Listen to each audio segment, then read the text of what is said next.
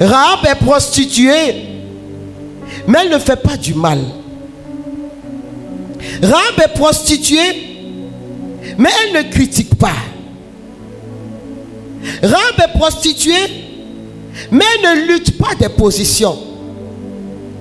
Rahab est prostituée, elle ne se sent pas en compétition avec ses frères et ses sœurs au point de les dénigrer. Rahab est prostituée, mais elle n'est pas une pierre d'achoppement sur le chemin de quelqu'un. Elle se reconnaît prostituée. La Bible même l'appelle la prostituée, tout comme Jésus parlera de la femme hémorroïde. Dans son livre, on dit la femme hémorroïde.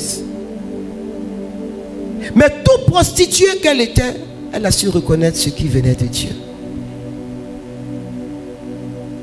Sa disposition de cœur a attiré ce qui venait de Dieu à entrer chez elle.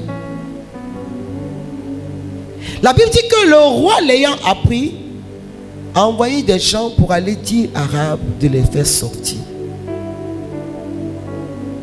Mais vous savez,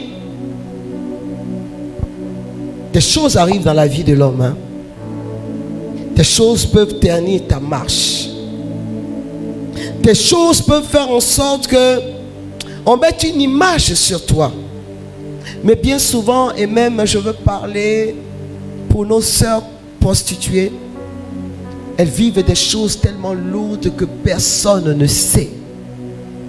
Mais ça n'a jamais été de gaieté de cœur. Personne ne se prostitue de gaieté de cœur. Il y a comme un voile qui vient pour cacher la belle âme qu'il y a en dessous de cette prostitution. Elle aurait pu les chasser. Excusez-moi. Elle aurait même pu les breaker, les séduire.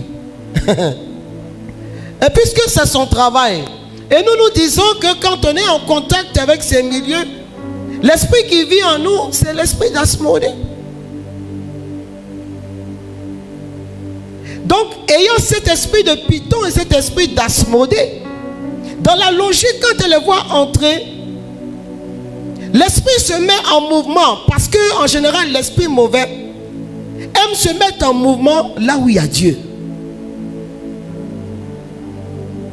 Mais Rahab, comme la Shunamite, se contente de leur donner un gîte, de leur donner de la nourriture. Nous les 3 fois saints, nous les personnes qui connaissons la Bible, qui nous promenons partout avec nos grosses Bibles, qui à chaque phrase de quelqu'un citons une parole de Dieu. Combien d'entre nous sommes prêts à accueillir des personnes qui ne savent pas où dormir? Combien d'entre nous sommes prêts à accueillir des personnes qui n'ont pas à manger? Combien d'entre nous sommes prêts à consoler le pauvre et le faible? Et Rahab l'a fait. La prostituée l'a fait.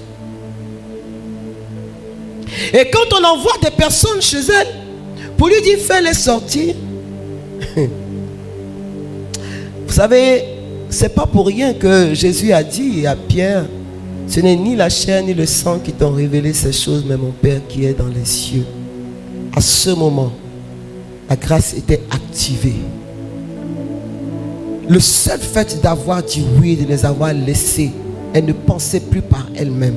C'est le Saint-Esprit qui lui donnait la stratégie. Rahab va donc monter une stratégie parce qu'il n'était pas question pour elle de rater cette grâce, cette faveur.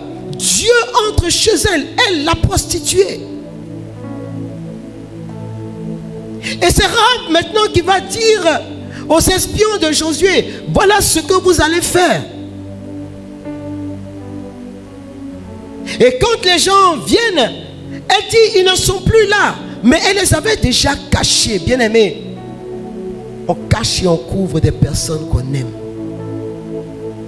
On cache et on couvre des personnes en qui nous croyons vraiment que la vie de Dieu non seulement est présente, mais que leur vie a du prix.